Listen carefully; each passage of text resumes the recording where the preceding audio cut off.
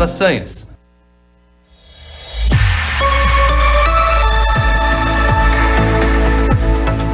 DNA.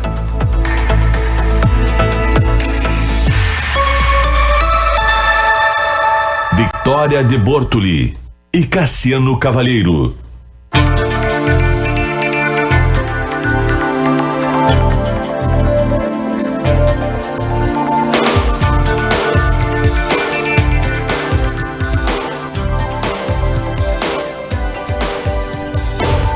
Boa tarde, Santa Maria. Sou Cassiano Cavalheiro e esse é o DNA, o programa de entrevistas que vai revelar a identidade da nossa gente aqui, na Central Diário de Notícias 93.5.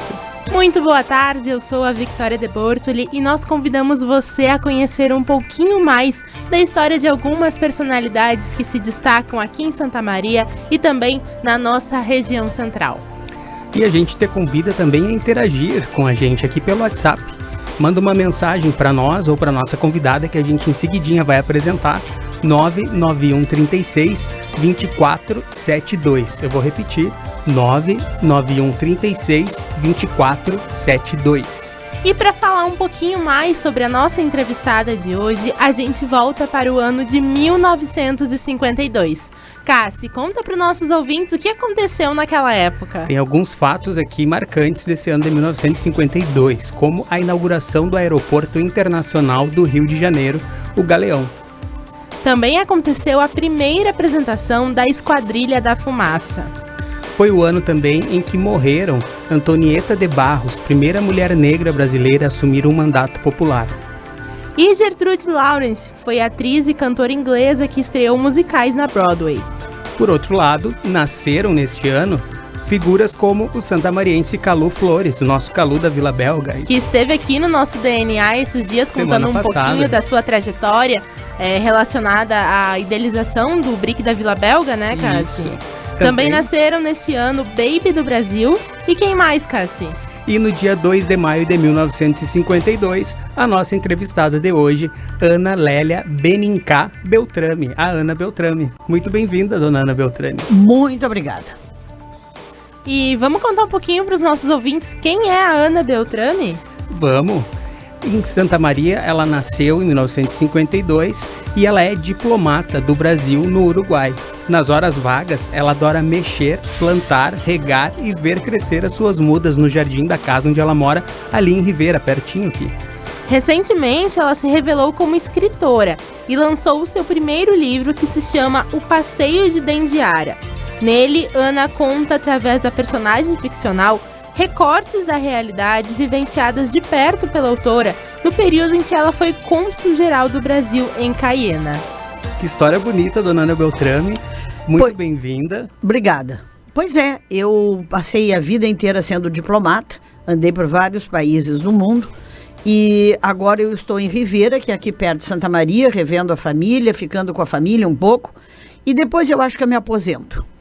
A gente quer saber da senhora, na verdade a gente quer entrar na sua intimidade e voltar no tempo com a senhora, lá para sua infância. Eu queria saber da senhora as primeiras memórias que a senhora tem de Santa Maria, em que bairro que a senhora nasce? A senhora nasceu em Santa Maria? Eu nasci em Santa Maria, na frente do Colégio Centenário, na rua Doutor Turi, que é na frente do Centenário. Bairro... Eu acho que era Dores. Já era bairro das Dores. Me lembro da rua Doutor Turi e dessa rua que vai para a Igreja das Dores, sem asfalto, na base do pó e da pedrinha. E disso eu me lembro muito bem. Era muito diferente o cenário ali naquela época? Era muito diferente, porque o Santa Maria acabava onde foi a Subra. Onde que hoje está sendo demolida para fazer aquela obra do Jobim. Mas a Santa Maria acabava ali. A descida, quem vai para o Monet, aquilo ali era um barranco. Aquilo ali era um vazio. Era um vazio, era um barranco, era mato. A senhora viu então a cidade se formando? Eu vi a cidade se formar para lá, abrirem aquilo ali, para abrirem uma estrada, uma picada, e depois fizeram uma avenida de duas mãos, né? Mas aquilo ali era mato puro, e a Avenida Nossa Senhora da Medianeira eu também conheci sem asfalto. E nessa época, o que a senhora fazia em Santa Maria quando criança? A senhora lembra de passear pela cidade? Tem algum ponto que a senhora lembra, assim, com carinho daqui? A gente brincava ainda na rua, a gente descia, a criançada ia brincar na rua, os guris iam jogar futebol e as gurias ficavam conversando na rua, nessas ruas que não tinha asfalto, não passava alto, né? E me lembro do coreto da Praça Saldanha Marinho, que tinha banda. Então a gente ia na missa com roupa nova e com muito cuidado para não sujar o sapato, porque a nossa rua ainda não tinha asfalto, e depois tinha o coreto, que tinha banda de música no coreto. Isso, então, uma vez por semana. Uma vez por semana tinha música no coreto. Disso eu me lembro. E depois, mais tarde, apareceram os cinemas, né? Primeiro que eu me lembro era o Imperial, depois o Independência, depois o Glória. E a senhora frequentava o cinema? Frequentava os cinemas, e o chique era frequentar o Cine Glória. Os outros eram menos chiques, né? A gente se arrumava para matinê no Cine Glória. Que legal. E o que a senhora tem de saudade dessa época, dessa primeira infância que a senhora acabou de falar um pouquinho aí pra gente? Olha, eu tenho saudade das pessoas, não é tanto das coisas, mas das pessoas. Eu tinha a minha avó Mariana, que era viva, tinha saúde, tinha a minha tia Lídia, tinha o tio Almiro e a tia Ledi, e tinha também as professoras do primário que eram vivas, a dona Águida e a dona Sueli Trindade. Então eu tenho saudade das pessoas, assim, mais do que da cidade. A cidade era muito calma, muito tranquila. Eu andava de bicicleta, eu voava as tranças de bicicleta por Santa Maria toda, com um paralelepípedo, com asfalto ou sem ele. E eu tenho saudades, então, de me locomover de bicicleta em Santa Maria e das pessoas. E da gurizada. E como que era a casa em que a senhora cresceu? Era a senhora? Quem fazia parte da sua família? A casa tá lá até hoje. Eu acho que tá com o meu irmão, acho que não tá alugada, deve estar fechada, tá lá até hoje, na Doutor Turi 2070, uma casa de tijolinho assim descoberto. Uma entrada, 3 janelas, tem a garagem, está toda pichada. A casa está lá ainda. Era a vida de família mesmo, da gente como criança, com os irmãos, com os guris. Quantos irmãos a senhora tinha? Eu, 3, 2 guri e uma guria. Então era uma turma movimentada e tinha criançada ali da rua. Então eu tenho saudades mais das pessoas do que em si das coisas. De Santa Maria era de andar de bicicleta em paz por tudo quanto era... Eu estudei no Bilac, eu ia da Doutor Turi até o Bilac de bicicleta e voltava na boa.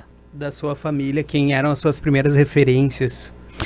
Era o pai, a mãe, os tios e também os professores. Para quem está nos ouvindo, de repente conheceu, quem são os seus pais, o que eles faziam na época? O pai era o Vitor Beltrame, que era do Banco do Brasil.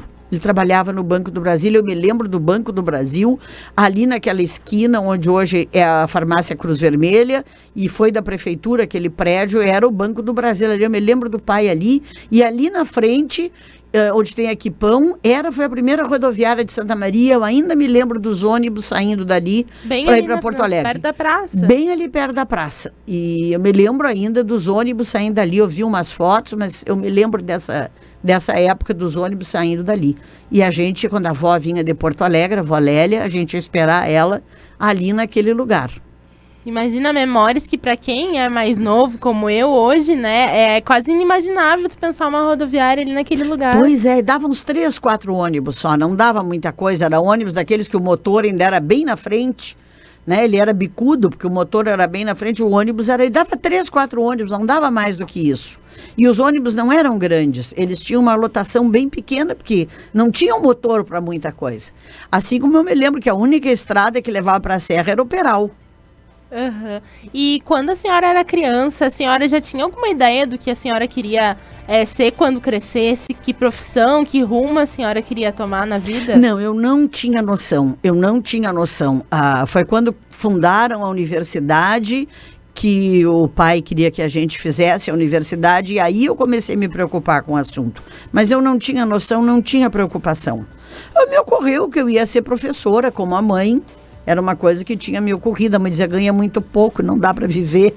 Mas depois, quando a universidade surgiu, foi que começou a preocupação. Quais dessas faculdades eu vou querer fazer, já que esta universidade está aí, né? E com que idade a senhora decidiu? O que a senhora cursou, de fato? Olha, a universidade foi fundada quando? Em 60, né? Cássia, nos ajuda. Foi nessa década. Foi na década de 60. A UFSM está com 65 anos, é isso? Uhum. Eu tinha 7, 8, não, tinha mais, tinha 10 anos. E aí que eu comecei a me preocupar, quando a universidade foi fundada. Isso, 14 de dezembro de 1960 foi fundada. Foi fundada, eu tinha 8 anos, mas claro que no início a gente nem sabia, tinha sido fundado assim, aqui ali na antiga reitoria, né, aquilo ali. E o que a senhora lembra desse movimento, assim, de estar nascendo uma universidade na cidade? Olha, as pessoas admiravam a coragem do Dr. Mariano, mas não sabiam se ele ia conseguir fazer aquilo que ele dizia. Parecia um pouco um sonho meio disparatado de um bom médico, um homem de excelente família, que não era louco, era um homem bem posto na vida, mas de repente ele teve uma ideia disparatada. As pessoas queriam que desse certo. Mas era um projeto bem audacioso. Bem audacioso. Não que alguém soubesse muito bem o que era uma universidade. Eu tenho a impressão que queriam que desse certo para ele não ficar envergonhado de ter feito um movimento desses e não dar em nada. Porque a universidade em si, ninguém previa o alcance. Pelo menos não no meu círculo imediato, ninguém previa um grande alcance para aquilo. E ele tocou em frente, e eu me lembro, aí mais adiante, quando fizeram o campus lá fora, o seu Isaías, que ajudava o doutor Mariano, o velho Isaías, levou o meu pai para ver o campus da universidade, e eu fui junto. Eu devia ter 10, 12 anos, sei lá, um pouco mais.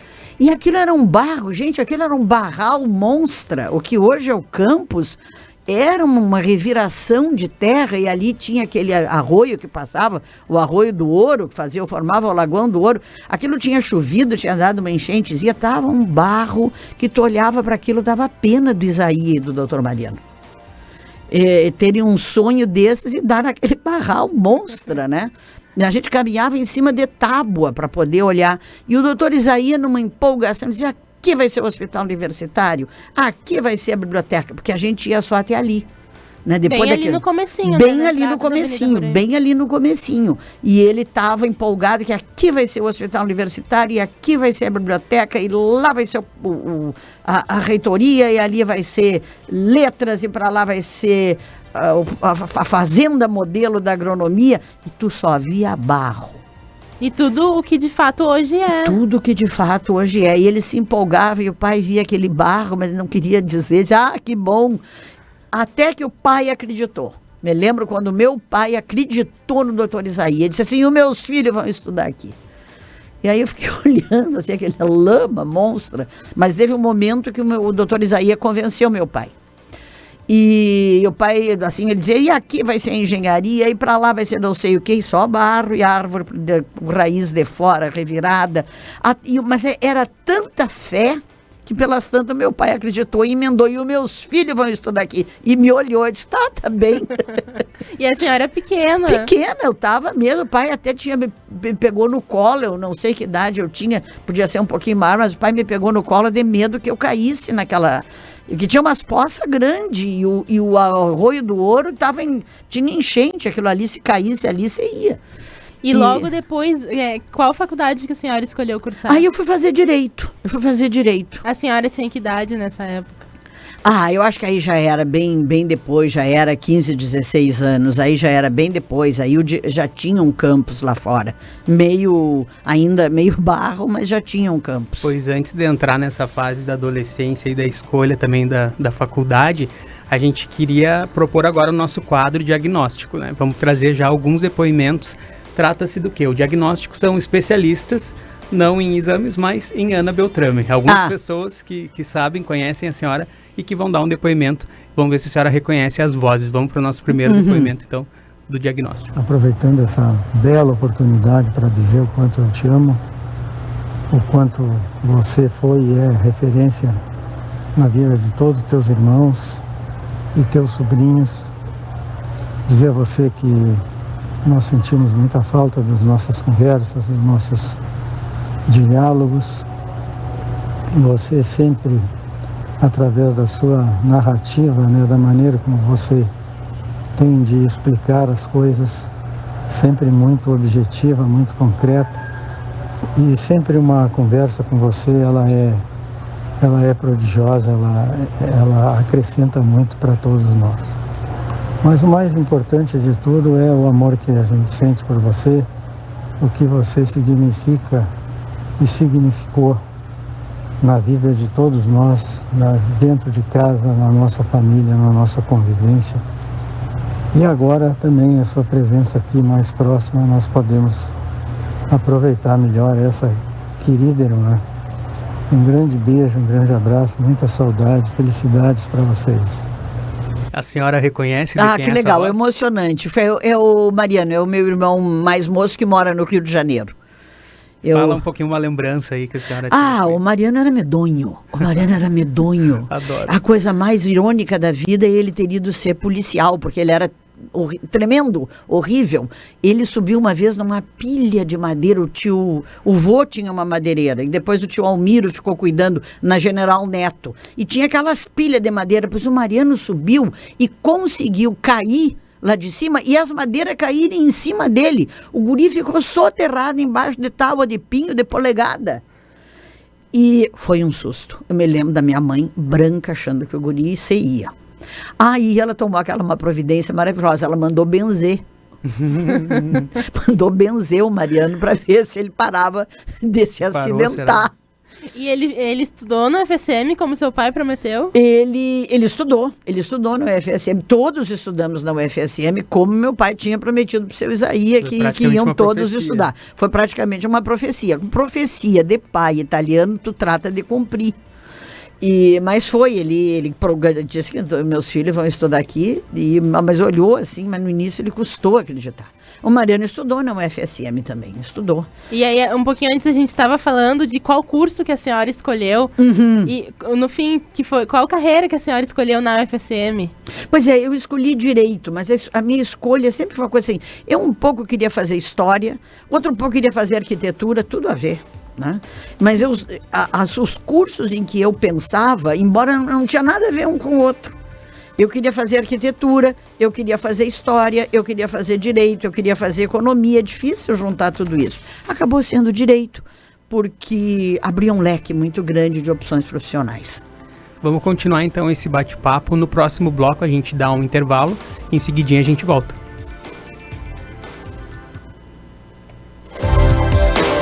Oi, Ana.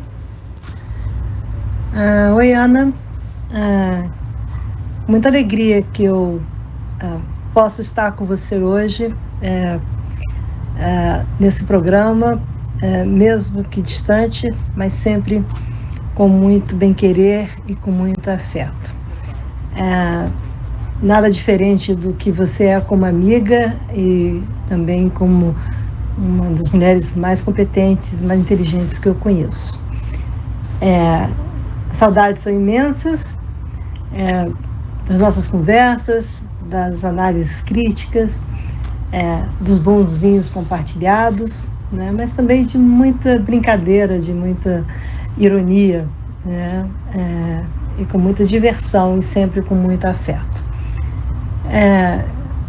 Fica o meu beijo sempre com muitas saudades, mas o meu carinho, a minha amizade, esperando poder ver você brevemente, tá? Revê-la aqui no Brasil, mas sempre desejando a você muito sucesso, e em particular nessa nova carreira agora como escritora, num livro absolutamente sensacional, uma delícia de ser lido, mais do que isso, uma grande lição como é que se pratica a diplomacia no dia a dia, como é que a diplomacia pode de fato influenciar e melhorar a vida de todos nós. O meu carinho sempre, o meu afeto, o meu bem-querer, muito orgulho de ser sua amiga. Fica bem, tá? Tivemos um probleminha técnico, eu chamei intervalo e surgiu mais um depoimento aí do diagnóstico, mas vou aproveitar, a senhora ouviu o depoimento? Eu ouvi, bem feliz que tinha dado um problema técnico, porque eu ganhei uma vantagem. E ouviu, mas não reconheceu. Ouvi, mas não reconheci. A palhinha A palhinha não adiantou, não reconheci. Vi que ajuda aí a dona Essa voz é da Isabela Teixeira. Vocês falaram com a Bela. Pô, que legal, que legal. Tá ótimo. do Meio Ambiente. Isso, foi ministra do Meio Ambiente. Quando eu servia em Caiena, quando aconteceram os fatos do livro, a Isabela era ministra do Meio Ambiente. Isso foi na gestão de que ano? Eu fui para lá em 2009. Ela tinha acabado de assumir e eu saí de lá em fim de 2013. Acho que já era 2014 e ela ainda era ministra. E se tornou uma grande amiga. E fez um trabalho que eu reputo extraordinário, porque ela é do IBAMA, ela é funcionária de carreira do IBAMA, ela é bióloga. E ela é de carreira do IBAMA. Então, é a pessoa que estava ali, né? Aquilo ela conhece muito bem. Que joia. Agora sim, a gente vai para o intervalo. Em seguidinha a gente volta.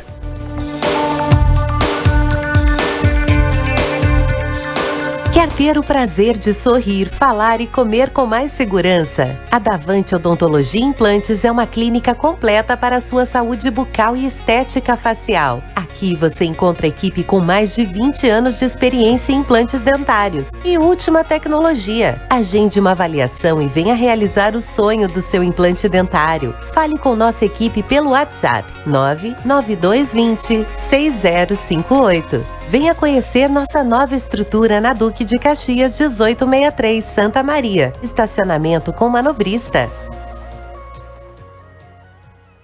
Seja assinante do Diário, receba as edições impressas na comodidade de sua casa. Modalidades e planos especiais que se adaptam a você. Ligue 3213-7272 e fale com a nossa central de atendimento. Diário, cada vez mais perto de você. Para o coração que bate forte por momentos de renovação, Royal Plaza Shopping. Um shopping central bem pertinho de você, com mais de 100 lojas e tudo o que você precisa em um só lugar. Moda, casa e decoração, beleza, alimentação, serviços e entretenimento para a família inteira se divertir com segurança. Agora com uma grande novidade. Aos domingos, no mês de setembro, nosso estacionamento coberto é gratuito. Isso mesmo, aos domingos você não paga estacionamento. Royal Plaza Shopping, completo para você. Quer informação sempre atualizada sobre os fatos mais relevantes? Então o programa F5 foi feito para você. De segunda a sexta, às 10 da manhã, os jornalistas Marcelo Martins, Pamela Rubim Mati e Rodrigo Ricordi vão trazer o conteúdo de qualidade para você, além da participação especial do colunista e editor Denis Olim. F5, atualização e debate sobre os principais fatos do dia. Quando você procura um imóvel, na teoria oferecer um atendimento personalizado é comum, mas também é comum que na prática a realidade seja diferente, pois você espera mais do que um imóvel. Você quer conexão com seu novo lar. Nós te entregamos e vamos além. Orion Imobiliária Incorporadora. Fone 3221-5469. Adquira conosco uma assinatura do jornal Diário Combo Impresso mais digital e ganhe um brinde especial. Ligue para a nossa central de atendimento 3213-7272 ou acesse o nosso site www.diariosm.com.br. Escolha a modalidade com planos e desconto especial. Diário, cada vez mais perto de você.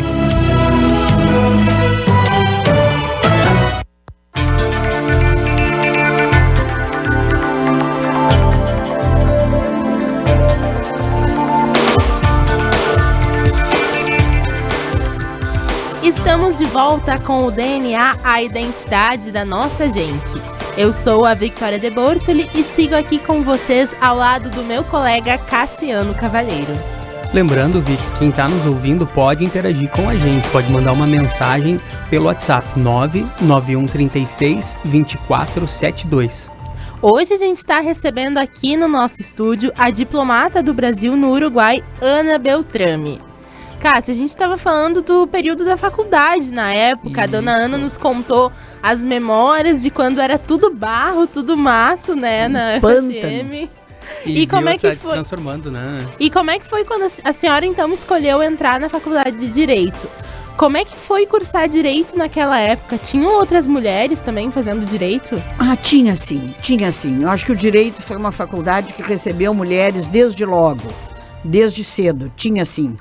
Tinha muitas mulheres, o direito funcionava primeiro ali nos padres, no Colégio Santa Maria, ali dentro, depois ele veio para a Reitoria Velha e ali eu terminei o curso, ali na Reitoria Velha eu terminei o curso. Isso era década de 70, 70, eu passei no vestibular em 70, cursei o primeiro ano de 71 e me formei em 75, isso foi década de 70. A Odonto ainda estava ali na Reitoria Velha, a gente estudava direito ao som dos motorzinhos dos dentistas, que eu passei a odiar desde então. E como é que é depois da faculdade, a jovem Ana pensou o quê? Vou fazer o quê da vida logo depois que se formou? Eu me fiz, e agora? E fazer o quê da vida? Eu sabia que, eu vi durante o curso de Direito, como muitos, até hoje, jovens estudantes de Direito notam, a gente tem que fazer concurso. O curso de Direito, quando ele termina, começa a vida de concurseiro. Porque as oportunidades profissionais das mais intensas do uso do direito é o Ministério Público e a magistratura, a Advocacia da União e a Defensoria Pública. E tudo isso é concurso. Então, e tem a prova da OAB. Eu sou do tempo que não precisava fazer prova para a OAB. Eu saí e tirei a minha OAB. Mas eu sabia que eu ia ter que fazer concurso para alguma coisa. E aí resolvi fazer concurso para o Itamaraty. Porque o direito, eu gostava de direito público. Dentro da faculdade eu vi que eu gostava desse ramo do direito público. O direito privado me parecia menos interessante. E eu gostava do direito público. Então no direito público, o que temos? Tinha o Itamaraty. Eu tinha uma base boa de inglês. Eu fiz o clássico, o curso clássico, o antigo curso clássico. E fiz o clássico no Centenário, que era um clássico muito bom. Muito bom. Tinha uma base boa de latim, de português e de inglês. E quem tem base boa de latim, aprende francês, que eram as duas línguas que caíam. E eu resolvi, bom, é agora ou nunca. Eu vou tentar o Itamaraty. Vamos ver o que acontece. E tentei. E na primeira vez não deu certo, e na segunda vez deu certo. Deu certo. Entrei sem saber mais muito bem o que era diplomacia.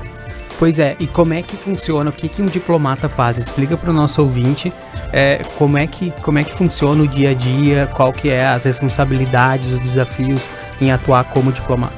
A gente no Itamaraty, a principal função do diplomata é representar o Brasil. E ao representar, quando tu vai lá para dizer que eu sou brasileira, que eu tô aqui, como é que vão as coisas, vamos fazer algo pela nossa amizade, a primeira coisa que surge é comércio e investimento. Então a gente busca oportunidades comerciais e busca oportunidades de investimentos. Assim, a base, é o começo da carreira. É a base de tudo. A gente representa o país, a gente está lá representando o país e a gente busca investimentos e oportunidades comerciais. Aí tem uma outra coisa, que é a função consular. Aonde tem uma comunidade brasileira, o diplomata ajuda essa comunidade, primeiro, funcionando como um cartório. A gente registra nascimento de brasileiro no exterior, falecimento de brasileiro no exterior, casa brasileiro no exterior. Quando eles vão presos, a gente ajuda, a gente não tira da cadeia. Aqui fez é que paga, faz bobagem nos Estados Unidos, vai pagar pela lei americana em cadeia americana. A gente não tira brasileiro da cadeia. Mas a gente ajuda eles a organizarem a própria defesa. Então, que é assistência consular. E quando tem um acidente, uma coisa assim também, tu vai para o hospital, tu procura te informar, traduzir, avisar a família. Então tem o lado de representação, oportunidades comerciais e de investimentos. E tem o lado assistência consular. O meu livro relata uma assistência consular que eu fiz. Que a gente vai chegar exatamente nesse assunto. E logo que a senhora começou a sua carreira, para onde que a senhora foi atuar? Porque a senhora já morou em vários países, né? Por conta do seu trabalho. Nos conta um pouquinho dessa sua vivência. Eu fui morar no Quênia, na África Oriental. Foi meu primeiro posto. Eu fui morar no Quênia fiquei lá 2 anos e pouco. Do Quênia eu fui para Paris. E funcionava como? A senhora escolhia ou apareciam oportunidades? Não, a gente... era enviada? O Itamaraty oferece, assim, uma oportunidade da gente escolher, mas não é escolher qualquer lugar. Diz, olha, tem vaga no Quênia, tem vaga na Índia, tem vaga no Japão, mas a vaga no Japão é para daqui 6 meses. E tem vaga no Equador. Mais ou menos qual é o que tu quer. Eles não te dão o mundo inteiro para escolher como se fosse uma agência de viagem. É onde tem vaga dentro da estrutura. E eu fui para o Quênia. E tinha várias vagas na África. Na época eu queria sair, porque no exterior a gente ganha em dólar e no Brasil a gente ganha em reais e pouco. E antes... O diplomata é quase que forçado a ir para o exterior. E antes a senhora já tinha viajado internacionalmente ou pelo trabalho foi sua primeira experiência? Não, nunca tinha viajado internacionalmente, tirando o Uruguai, que todo gaúcho vai, né? Nunca tinha viajado internacionalmente. Foi a primeira vez, já foi logo pro Quênia. E quando a senhora chegou lá, como é que foi, assim, se deparar? Olha, eu não tenho medo de viajar. Eu adoro.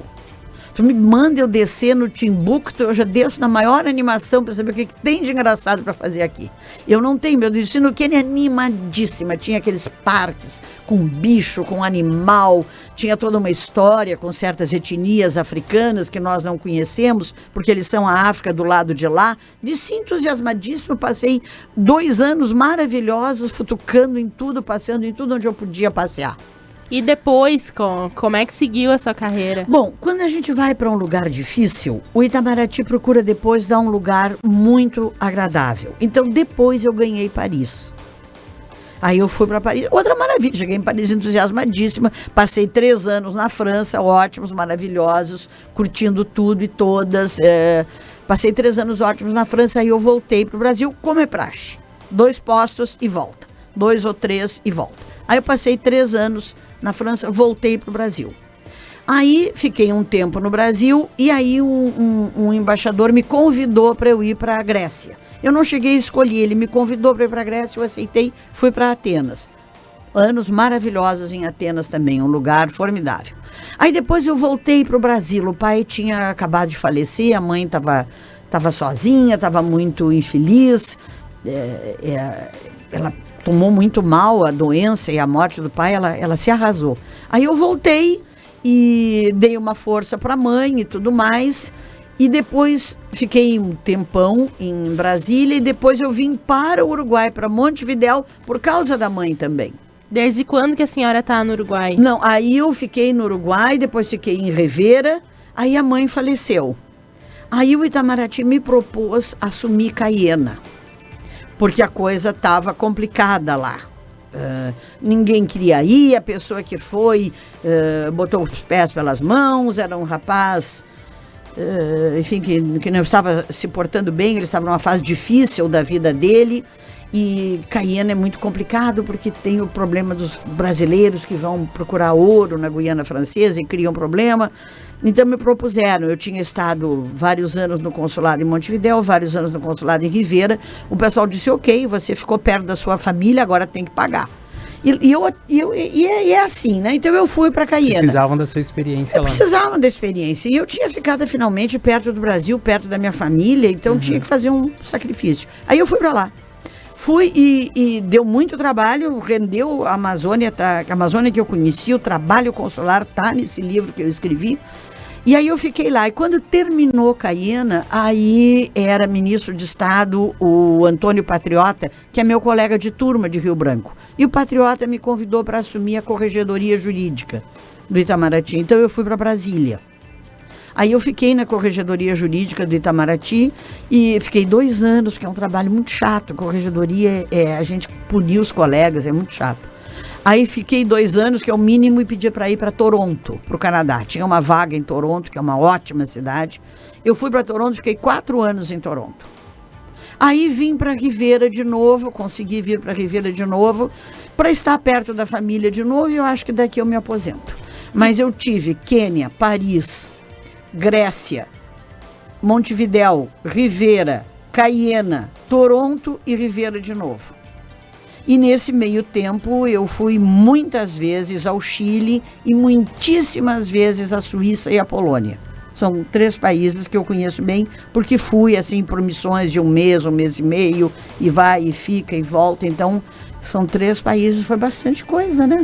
Bastante. No primeiro momento a gente fica maravilhado, né? Porque é um monte de viagem, um monte de história que a senhora vive e vivencia. Mas qual é o desafio disso tudo? Tu leu meus pensamentos, porque eu ia fazer uma pergunta bem nessa linha. A gente fica muito maravilhado. Qual que é o contraponto? Mas longe da família, sozinha, como é que foi isso? O problema é a vida de família, né? Às vezes você casa, o cônjuge ou a cônjuge não se adapta a essa vida de cigano. As pessoas não se adaptam. Não é só assim, o marido não se adapta. Às vezes a mulher não se adapta. Ela tem uma profissão no Brasil, de repente larga tudo. E aí, quando volta, não retoma. Uma moça que é advogada em São Paulo, larga tudo para ir com o marido. Fica anos e anos e anos no exterior. Quando ela volta, ela não se coloca. É muito difícil se colocar de novo no escritório. E a gente volta para Brasília, não volta para São Paulo, Porto Alegre, Fortaleza. A gente volta para Brasília. Então, às vezes, daí a moça diz, não, eu não saio de novo. Eu não vou abrir mão da minha carreira outra vez. Eu vou visitar. Então, esse é um grande desafio. Esse é um grande desafio, não é só para as mulheres levarem o marido, mas hoje em dia também é para os rapazes levarem as mulheres. E às vezes os filhos não se adaptam também. E como é que foi para a senhora ficar longe da sua família, da sua mãe, do seu pai? A senhora, o seu pai faleceu, a senhora estava longe? Eu estava em Paris. Enquanto estava tudo bem, estava tudo bem. Aí quando veio a doença, pesou. Quando veio a doença, pesou muito. E eu agradeço muito Itamaraty que eu pude estar em Montevidéu e Rivera. Então estar no exterior e atender a família. E tem colegas que não podem fazer isso, porque a família é em outro lugar, que não tem uma fronteira tão próxima. E é difícil, tem gente que abre mão da carreira para ficar mais tempo no Brasil para poder atender a família. Mas a senhora nunca pensou em desistir da carreira? Nunca pensei, porque na hora que eu precisei tinha Rivera em Montevidéu, que a gente aqui no Sul tem essa vantagem, né? Você tem postos ótimos imediatamente na fronteira, com avião, com estrada, né? Porque não adianta você, por exemplo, servir em Caiena e ter a família em Belém. Teoricamente é perto, na prática não tem estrada. Depende de avião, e o avião não é todos os dias. Cabo Verde tem um voo 3 vezes por semana para Fortaleza. Então tem muitos colegas que são do Nordeste que o Cabo Verde para eles permite atender a família se eles forem cearenses, né? Então tem umas coisas complicadas, sim, é complicado, pode ser muito complicado. E a senhora chegou a construir a sua própria família? Não construí a minha própria família, eu sou solteira. Uhum. A gente vai dar um tempinho agora, eu ia até chamar mais alguns diagnósticos. Porém, estamos bem na hora de terminar o bloco, então eu vou deixar para o início do próximo bloco mais 2 diagnósticos e a gente volta com mais Ana Beltrame aqui, falando esse monte de histórias que ela tem para nos contar.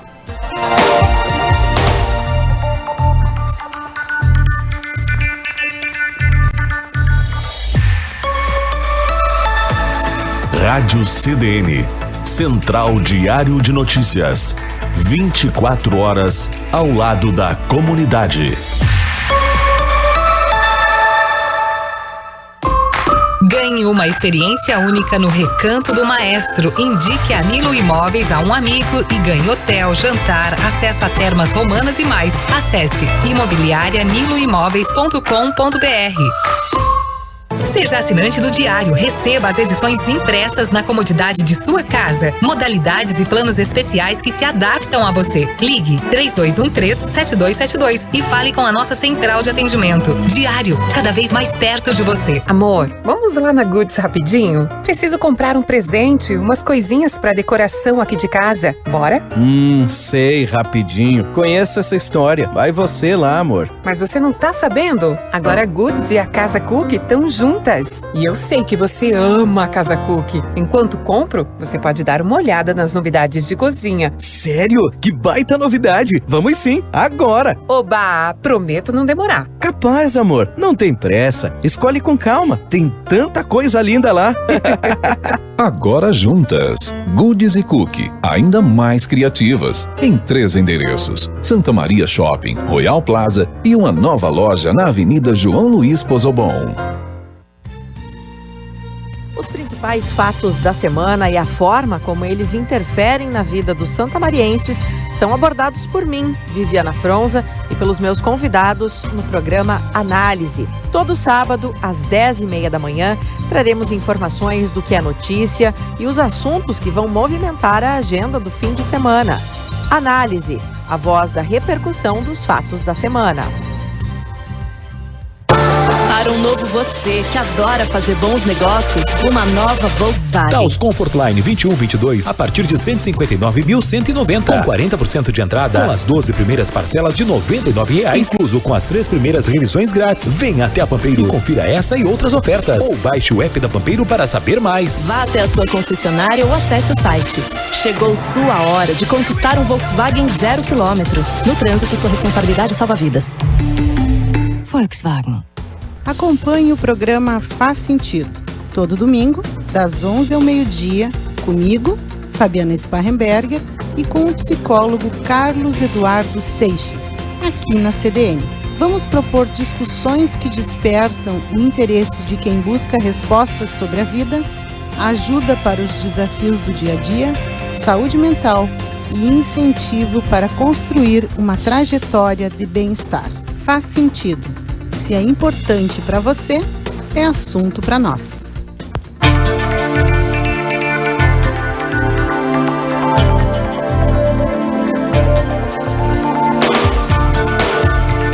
Estamos de volta com o DNA, a identidade da nossa gente. Eu sou Cassiano Cavalheiro e a gente segue aqui ao lado, aliás, eu sigo aqui ao lado da minha colega Victoria De Bortoli, e a gente segue conversando com a dona Ana Beltrame. Lembrando que quem quiser interagir conosco, basta enviar uma mensagem para o nosso WhatsApp 55991362472. Vamos continuar nosso papo com a dona Ana, Cassi? Vamos, aliás, já vamos começar com diagnósticos, a nossa terceira participação de hoje. Para falar da Ana Beltrame, eu gostaria de falar em primeiro lugar da minha admiração pelo conhecimento.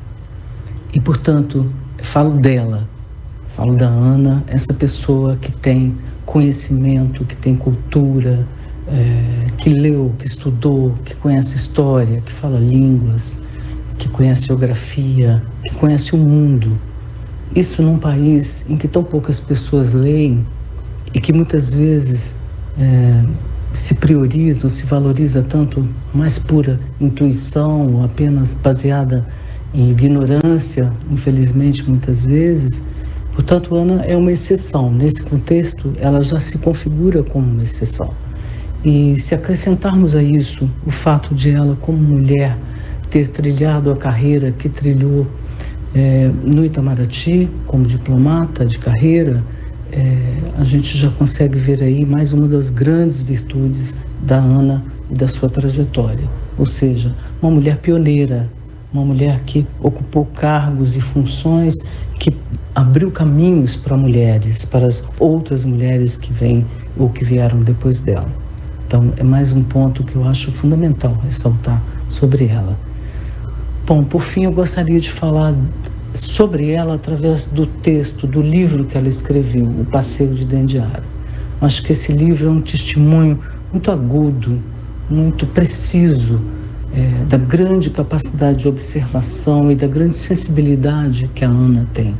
A maneira como ela retratou a personagem nesse livro, personagem essa calcada em fatos reais, embora ficcional, mostra exatamente isso, é resultado talvez de tudo isso que eu falei antes, né?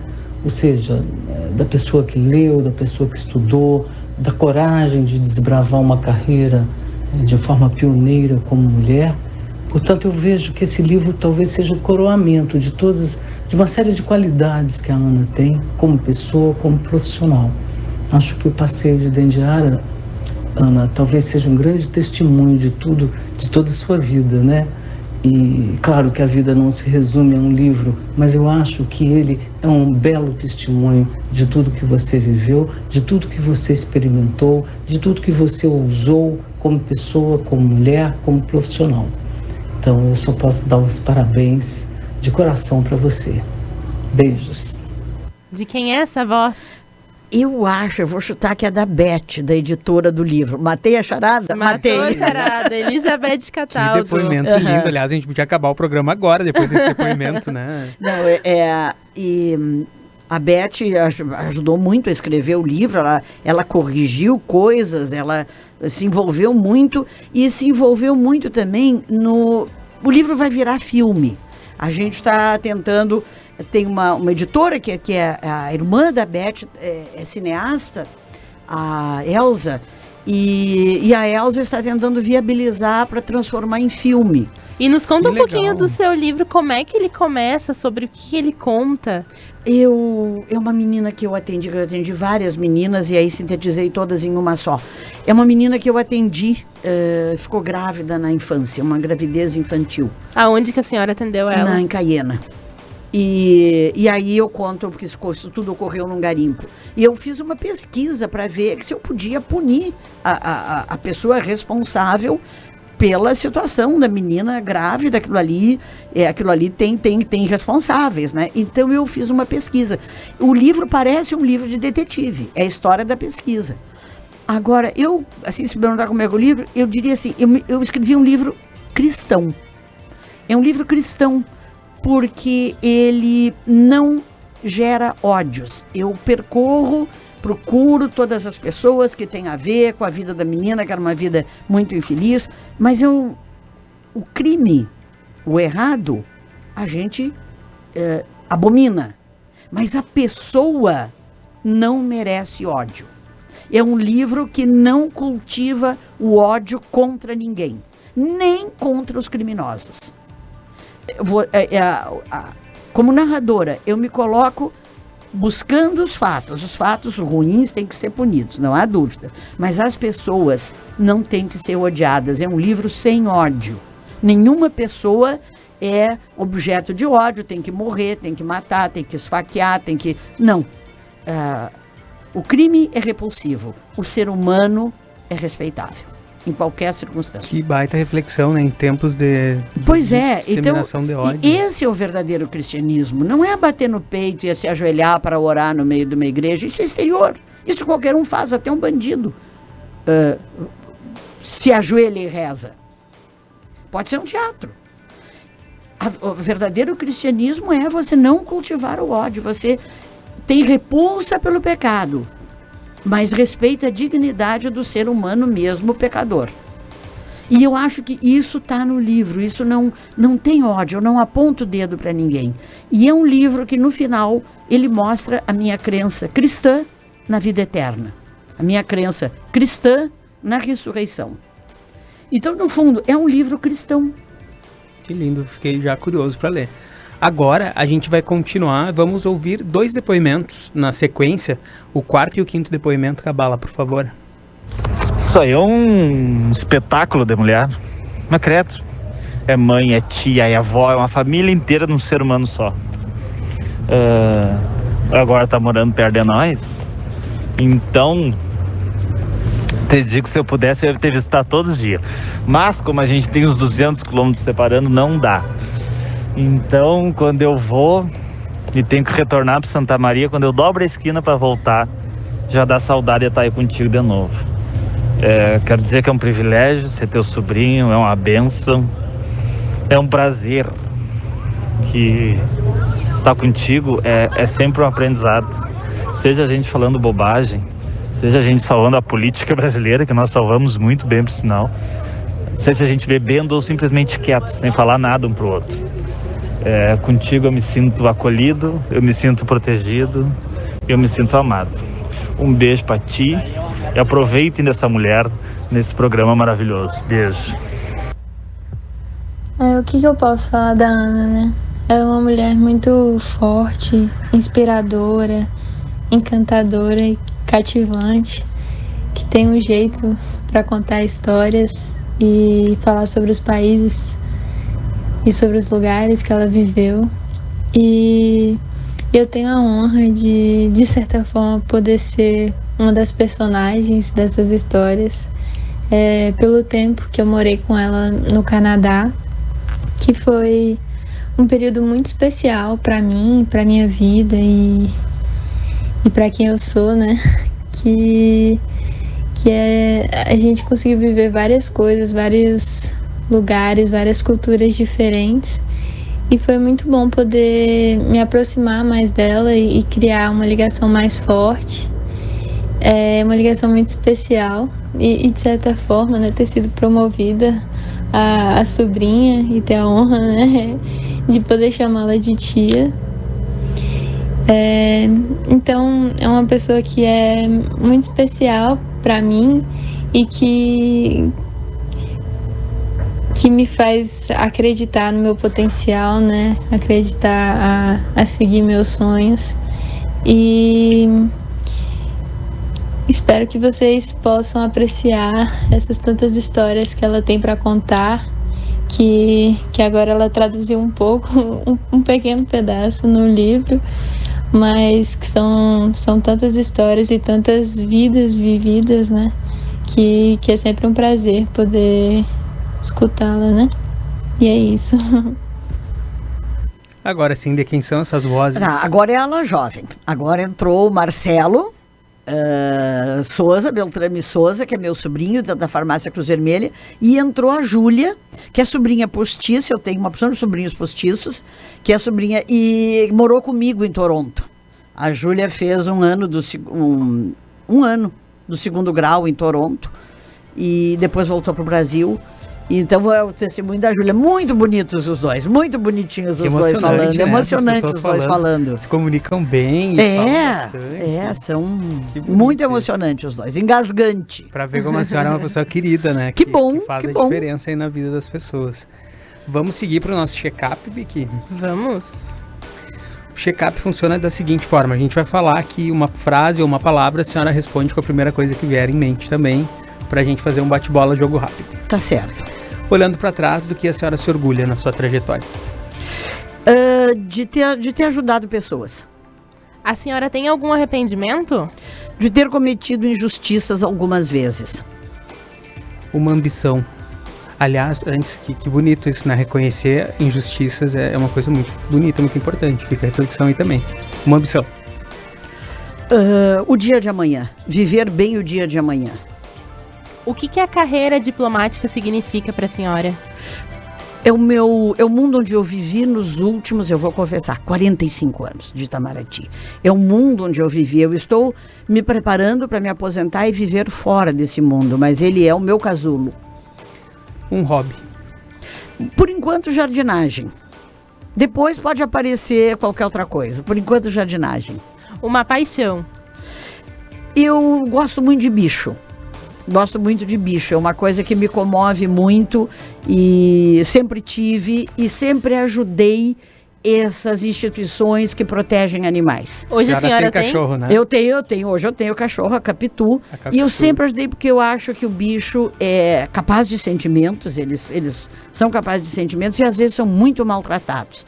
Então, por isso que assim, quando fala paixão, esse amor sem uma razão, sem um motivo, eu falo nos animais, porque todos eles, mesmo aqueles que nunca me viram, eu fico com muita pena de saber animais maltratados. O que traz paz para a senhora?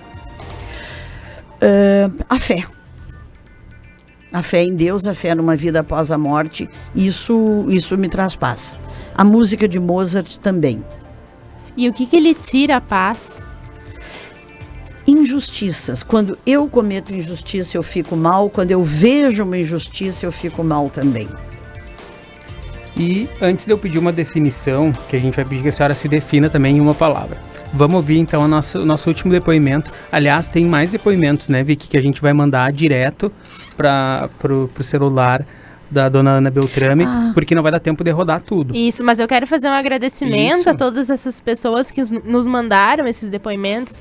A Norma Camusato, a Cecília Brachma, o Paulo Afonso Beltrame e o Marlon. Eu quero deixar meu muito obrigada a todas essas pessoas. Infelizmente, nosso programa só tem 1 hora, não dá tempo de rodar tudo. A gente vai encaminhar, ela vai ouvir esses depoimentos. Muito obrigado. Vamos encaminhar. E vamos ouvir agora a última participação do diagnóstico. Ana, desde que a conheci, tenho uma grande admiração pela cultura e pelo conhecimento que ela possui. Um outro sentimento que me despertou foi o encantamento pela narrativa das experiências vividas, que culminou com a publicação do livro Passeio de Dendiara. Um belo livro, um livro rico, para a gente conhecer esse Brasil. E a outra coisa é o grande afeto que alimenta a nossa amizade e o nosso bem-querer. Um beijo para ti. Reconheceu essa voz? Gente, vocês me pegaram. Essa voz é da Sônia. A Soninha! A Soninha ainda disfarça o sotaque na hora de falar. Quem que é a Sônia? Conta para os nossos ouvintes. A Sônia é minha companheira. E já há muitos anos. E aí, quantos anos? Acho que 10 anos por aí que a gente se conhece. E aí ela se aposentou e veio comigo para ela. Se aposentou do Ministério da Saúde e veio comigo para Ribeira. Que legal. Então estamos aí. Mas ela também escondeu bem direitinho. Escondeu o sotaque, eu não sei porque eu não conheço, mas... Não, ela escondeu. Não falou. Ela não me disse nada e ela ainda deu uma escondidinha ainda deu uma disfarçada no sotaque. Somos muito discretos, viu? Então, para a senhora se definir em uma palavra, que palavra seria? Esperança. Não adianta, eu tenho fé no dia de amanhã, eu tenho fé em todo mundo, eu tenho fé na vida depois da morte, então eu tenho esperança. A esperança que você só tem quando você tem fé. E Ana Beltrame por Ana Beltrame? Esperança. Esperança. Então aí, que bonito, a gente contou um pedacinho, né, da história, porque a gente poderia contar, imagina quantas histórias não tem por cada país que a dona Ana passou aqui em Santa Maria, lembranças da adolescência, porque eu editei a sua entrevista com a palavra que saiu há cerca de 1 mês, 2 meses, então eu tô lembrando que a senhora falou de depoimentos da praia, que a senhora lembra de festas na praia. Da fundação da Sociedade dos Amigos de Capão da Canoa. Muitas histórias. Marião Medonha, a gente atolou ali. São muitas histórias e certamente o depoimento também da editora do livro resumiu muito, né? Que foi uma pessoa ímpar, que foi precursora de muitas áreas também, referência para muitas mulheres que estão aí hoje. E para quem ficou na curiosidade, assim como eu, de ler o seu livro, como adquiri-lo? Ele está na Livraria Santos, no Shopping Monet. Olha aí, como é que é? Repete o nome. O Passeio de Dendiara. Para os ouvintes que quiserem acompanhar essa história, então, na Livraria Santos ali pode no encontrar. Monet, eles têm teleentrega também, tem o Facebook da Livraria Santos, entre em contato. E esse livro, então, já me deu muita vontade de ler, já fiquei bem curioso. E a gente agradece mais uma vez, muito, muito obrigado pela sua atenção, pela sua dedicação aí dessa horinha aqui com a gente da CBN. Obrigada por compartilhar um pouquinho dessa trajetória. E esse foi o DNA de hoje. Amanhã tem mais. Tchau, tchau. A gente volta amanhã. Tchau.